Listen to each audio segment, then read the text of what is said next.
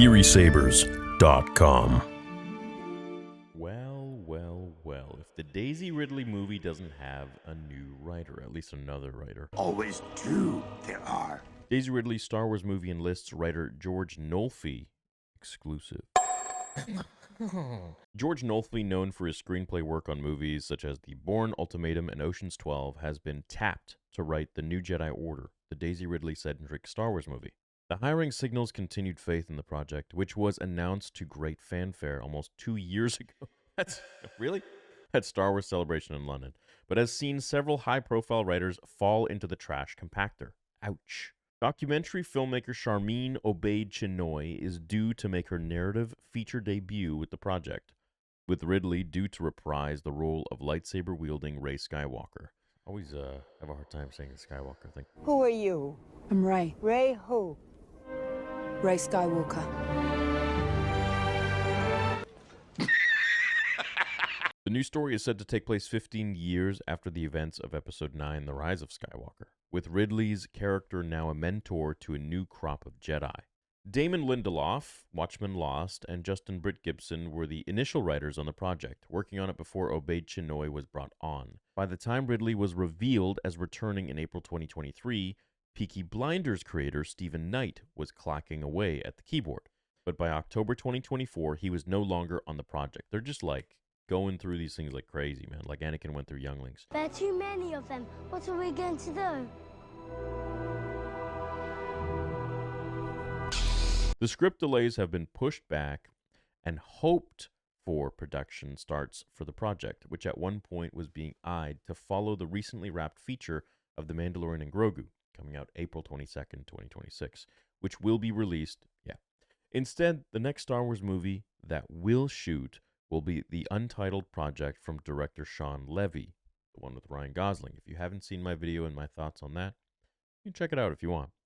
That one got a major boost by capturing the interest of Ryan Gosling, who is now in negotiations to star in it, as The Hollywood Reporter exclusively revealed this week. Nolfi is known for writing elevated thrillers across a variety of genres, and for establishing strong relationships with his actors.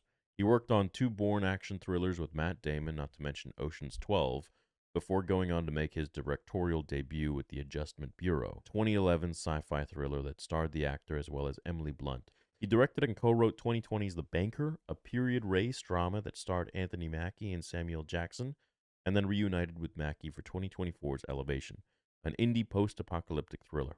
All right, so you guys see the common theme here, the problem? They keep going through writers. I think this is a Kathleen Kennedy thing.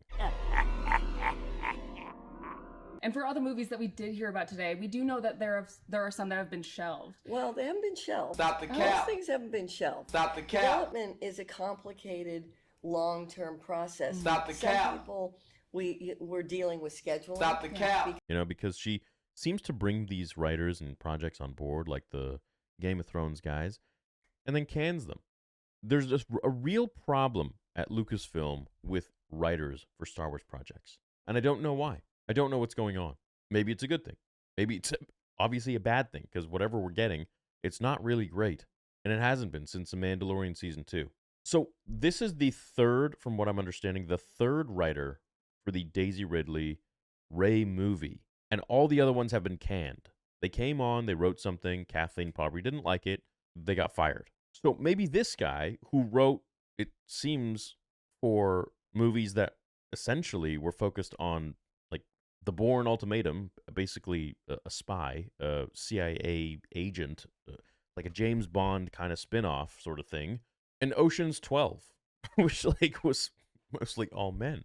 So I'm wondering if he's going to get canned too now, because he's maybe used to writing, a certain way about male-centric characters. And clearly we don't have that in the Rey movie. Or you know what? Maybe that's exactly what they want. They want to make Rey, oh wow, I'm kind of figuring it out now. They want to portray Rey in the same way they portrayed badass Matt Damon in the Bourne movies. It's quite possible. I could see Kathy wanting that, don't you? So instead of, the South Park thing, make her lame and gay, maybe make her badass and masculine. Maybe that's where Kathy's going with this now. It's possible. Again, just a theory. Star Wars theory. But yeah, it seems, it's quite unfortunate that they keep going through all these writers, and I really don't know. We can like make jokes and whatever, but at the end of the day, it is kind of sad because it's like, this is our baby, man, and they have just like put it through the meat grinder, and it's basically just like nobody can land this freaking plane. Every project that they have a new writer here and there. Remember what happened with Solo and how the project was like $500 million because they basically had writers. They had these two writers that were almost done the whole thing. The whole film was done pretty much. And then whoever came in there, Kathy, I guess, or somebody, or the team, they were like, you know what, this is horrible. We have to start from scratch. And they brought on Ron Howard. And he did a fine job. But I don't know what the previous one was like. Apparently it was too goofy. But judging from their criteria from The Last Jedi and all the mama jokes and goofiness in there, I really wonder how goofy it could have been that it got axed. So, anyways, we have a new writer for the Rey movie. It's a pretty quick video, but just another day in Reyland, I guess, in Lucasfilm land, where you get a writer, you fire them, you get a writer, you fire him, you get a writer, and then eventually you use AI. maybe it'll land something. It's kind of like what they did with Stuart Beattie's Kenobi trilogy. Amazing script, and then they fired him, and then they got Deborah Chow and Joby Harold to do an asshat of a job for the characters that I wouldn't even say arguably, I would say unanimously, the most important characters in all of Star Wars entirety. But hey, I'm just a fan. I'm sitting by and I'm going to watch. So let me know what you guys think about this new writer. Do you have faith in him? Do you think he's going to stay? It's a high turnover rate over there for writers. But Leslie Headland at least stuck all the way through. But in my world, nerds are gay. Okay. Go figure. Have a great day, guys. Love you. And may the force be with you always. See you at MegaCon.